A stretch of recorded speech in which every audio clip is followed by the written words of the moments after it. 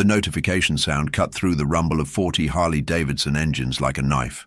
Tommy "Tank" Rodriguez felt his phone vibrate against his chest. The GPS tracker app he'd been monitoring for 3 days, finally showing movement. His missing nephew wasn't just a statistic anymore.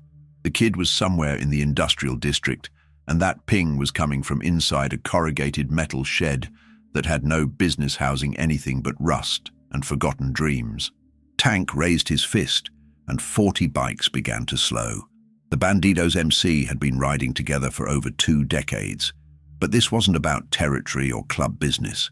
This was about family, and in their world, family meant everything. 16-year-old Miguel had vanished from his high school parking lot 4 days ago, and the police had already started using words like runaway and probably just acting out. But Tank knew better. The kid had been getting threats, talking about some older guys who'd been pressuring him into things he didn't want to do. The GPS coordinates led them through a maze of abandoned warehouses and forgotten industrial lots.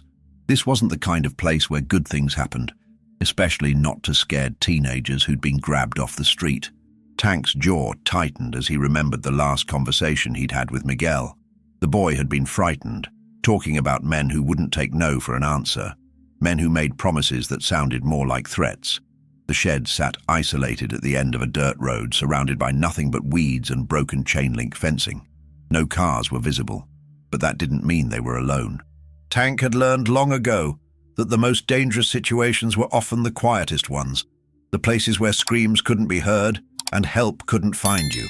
As 40 engines fell silent in the growing dusk, Tank knew they were about to discover just how far some people would go to protect what mattered most. If you're enjoying this story of brotherhood and protection, hit that subscribe button and let's ride together through this journey. The bikers dismounted with practiced silence. 40 years of collective experience, teaching them that sometimes the loudest statement was made without sound. Tank assigned positions with hand signals, perimeter security, rear exit coverage, and a core team for entry. These weren't weekend warriors playing dress-up. These were men who'd served in conflicts overseas, worked dangerous jobs, and understood that when innocent lives hung in the balance, there was no room for mistakes or hesitation. Miguel's GPS signal pulsed steadily from inside the structure, but something felt wrong. The shed was too quiet, too isolated, and the single access road they'd used was the only way in or out. Tank had seen enough ambushes to recognize the setup, but they'd come too far to turn back now. His nephew was inside that building, and every minute they waited was another minute the kid remained in danger. Brother Diesel Martinez, a former Marine with 2 tours in Afghanistan, took point on reconnaissance. He moved like a shadow despite his imposing frame, circling the building and reporting back through subtle gestures.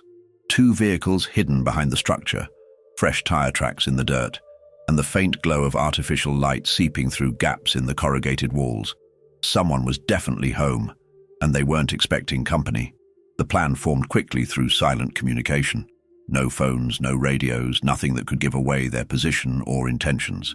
6 men would breach the front, while others covered escape routes. Tank insisted on being first through the door.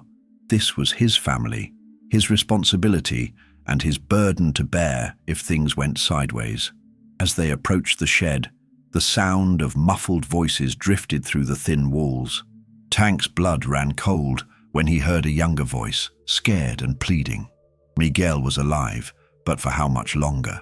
The next few minutes would determine whether they were rescuing a kidnapping victim or recovering a body, and failure simply wasn't an option they could accept.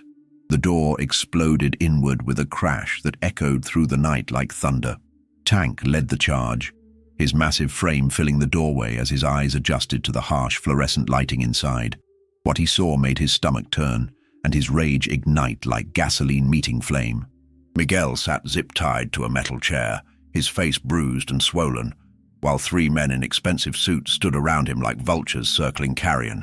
The kidnapper's shock lasted exactly 2 seconds before training kicked in on both sides. These weren't random street thugs. They moved with military precision, reaching for weapons concealed beneath tailored jackets. But 40 bikers had anticipated this moment, and their response was swift and overwhelming. Diesel tackled the nearest gunman before his weapon cleared leather, while Tank charged straight toward his nephew, using his body as a shield against any potential crossfire. "Miguel, stay down, kid!" Tank's voice boomed through the chaos as zip ties were cut and the teenager pulled to safety behind an overturned table. The boy was conscious but clearly traumatized, his eyes wide with a mixture of terror and relief. Tank did a quick assessment. Bruises, dehydration, but nothing that looked life-threatening. The kid would heal, but the men responsible for putting him here were about to learn what real consequences looked like. The confrontation lasted less than 3 minutes, but it felt like hours. Professional kidnappers were dangerous, but they weren't prepared for the coordinated assault of men who'd spent decades watching each other's backs. Within moments, all 3 captors were subdued, their weapons secured, and their plans permanently disrupted. The shed fell silent except for Miguel's shaky breathing and the distant rumble of Harley engines still running outside. Tank knelt beside his nephew, his calloused hands surprisingly gentle as he checked for serious injuries. The boy was alive, conscious, and relatively unharmed. Everything else could be dealt with later. But as he looked into Miguel's frightened eyes, Tank realized this rescue was only the beginning of a much larger story about justice, family, and the lengths people would go to protect those who couldn't protect themselves. Miguel's story came out in fragments between sobs and shaking hands. The men weren't random kidnappers. They were part of a larger operation targeting teenagers from working-class families, kids whose disappearances wouldn't generate headlines or massive police investigations. They'd been watching Miguel for weeks, learning his routines, identifying his vulnerabilities, and waiting for the perfect moment to strike. The teenager had been grabbed not for ransom, but for something far worse. Tank's jaw clenched as the details emerged. This was human trafficking, a modern slavery operation that preyed on the most vulnerable members of society.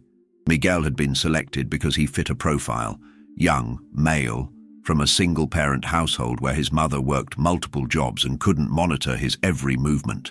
The kidnappers had planned to transport him across state lines within hours, selling him to buyers who would ensure he was never seen again. The evidence was overwhelming and sickening. Laptops containing databases of potential targets, photographs of other missing teenagers, and communication records with buyers across the country. This wasn't the work of amateurs or opportunists. This was a sophisticated criminal enterprise that had been operating for years, destroying lives and families while generating enormous profits for those heartless enough to participate. Diesel discovered a shipping container behind the shed, outfitted with restraints and basic life support equipment. The implications were clear. Miguel wasn't their first victim, and he wouldn't have been their last.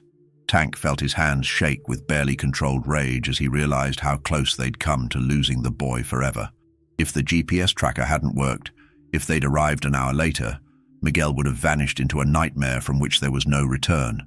The 3 captured men remained silent, despite aggressive questioning, but their phones and computers told the story their mouths wouldn't. Names, locations, schedules, and financial records painted a picture of an operation that stretched across multiple states and involved dozens of victims.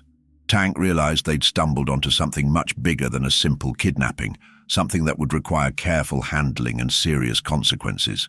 What they did next would determine whether justice was served or whether more families would suffer the same nightmare. The scope of the trafficking operation became clearer as Tank and his brothers methodically searched through the digital evidence. Dozens of faces stared back from computer screens, teenagers who'd been reported missing over the past 2 years, their cases growing cold as police resources were stretched thin and leads dried up. Miguel's photograph was among them, already uploaded to what appeared to be an auction site where human beings were bought and sold like livestock.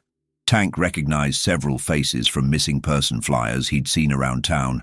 Maria Santos, 17, vanished from a bus stop 6 months ago. David Chen, 16, disappeared after his shift at a local grocery store.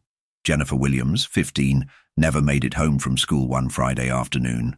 Each photo represented a family destroyed, parents who went to bed every night wondering if their child was alive or dead, siblings who grew up in the shadow of unimaginable loss. The financial records revealed the true horror of the operation's success. Bank transfers, cryptocurrency transactions, and coded communications showed millions of dollars changing hands. Each transaction represented a life stolen, a future destroyed, a family's worst nightmare transformed into someone else's profit margin. Tank had seen evil in many forms throughout his life, but this calculated destruction of innocence made his blood run cold. Brother Wrench Patterson, whose day job involved computer forensics for a private investigation firm, worked methodically through the digital evidence. The operation had been running for at least 3 years, with victims transported to buyers across the country and internationally. The sophistication was staggering: fake identification documents, safe houses, transportation networks, and corrupt officials who looked the other way for the right price. As the full scope became apparent, Tank realized they faced an impossible choice.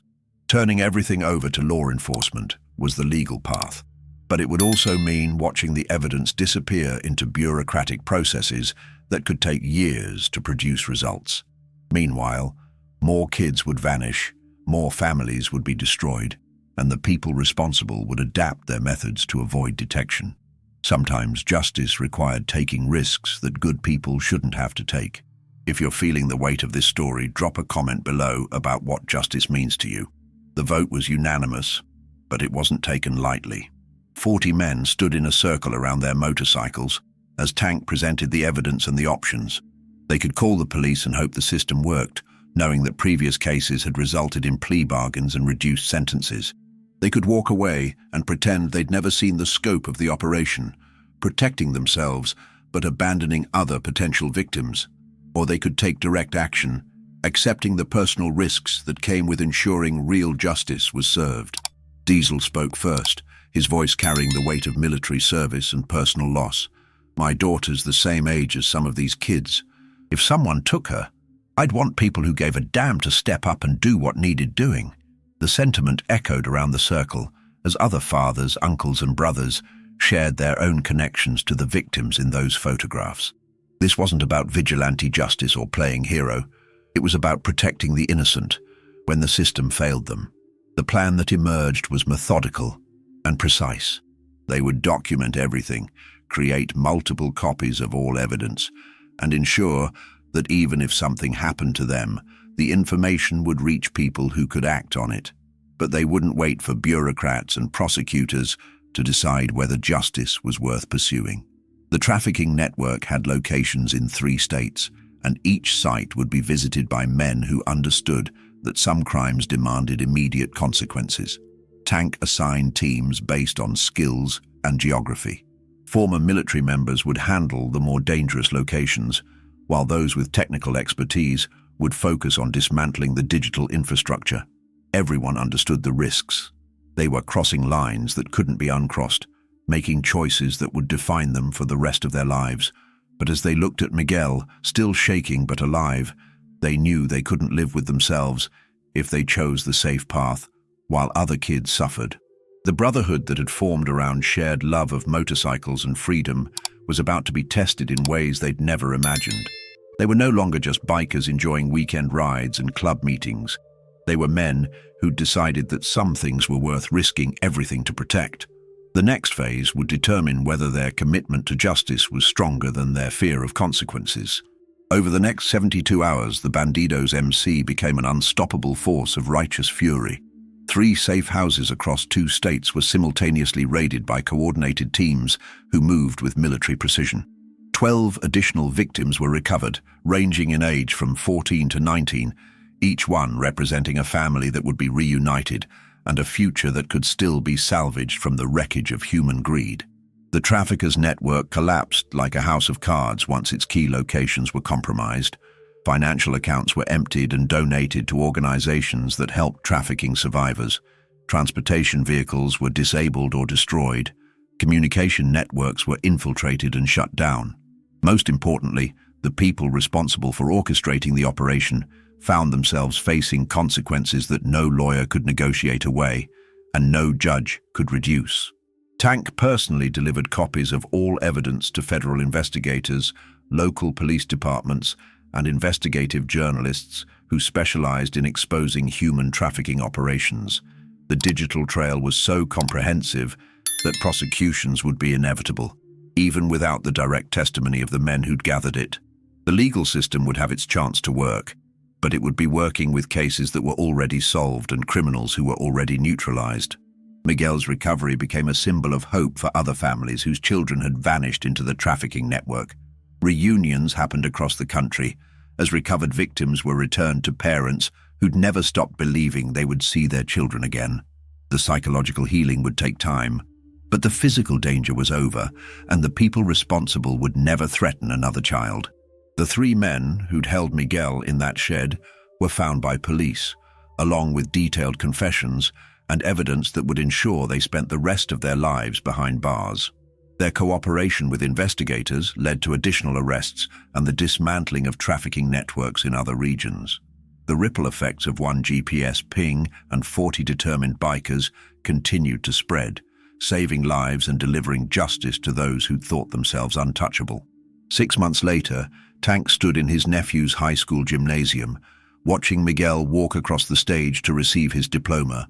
The bruises had healed, the nightmares had faded, and the boy who'd been zip-tied to a chair in a forgotten shed was now planning for college and a future that almost didn't exist. The graduation ceremony represented more than academic achievement. It was proof that evil doesn't always win, that sometimes good people step up when it matters most. The Bandidos MC had changed in ways both subtle and profound. Their weekend rides now included stops at schools and community centers where they talked to teenagers about personal safety and the warning signs of predatory behavior. They'd partnered with law enforcement agencies to provide training on human trafficking recognition, sharing hard-won knowledge that could help prevent other families from experiencing the nightmare they'd confronted. Miguel himself had become an advocate for trafficking survivors, using his experience to help other victims understand that recovery was possible and that they weren't defined by what had been done to them. His testimony had helped convict dozens of criminals and had inspired legislation that strengthened penalties for human trafficking. The scared teenager who'd been rescued from that shed had grown into a young man who understood the power of turning trauma into purpose. The brotherhood forged in those desperate 72 hours had created something lasting and meaningful. They'd learned that being protectors meant more than just looking tough or riding loud motorcycles. It meant being willing to sacrifice comfort, safety, and even freedom when innocent lives hung in the balance. Their leather jackets and club patches had become symbols of hope for people who needed to know that someone cared enough to fight for them. As Tank watched his nephew shake hands with the school principal, he reflected on the choice they'd made that night when 40 engines fell silent outside a corrugated shed. They'd chosen to act when action was needed, to protect when protection was required, and to deliver justice when the system failed. It wasn't always the safe choice, but it was always the right choice. If this story moved you, hit that like button and subscribe for more tales of brotherhood, courage, and the people who stand up when it matters most. Because sometimes the most important battles are fought by ordinary people who refuse to look the other way when evil thinks it's winning.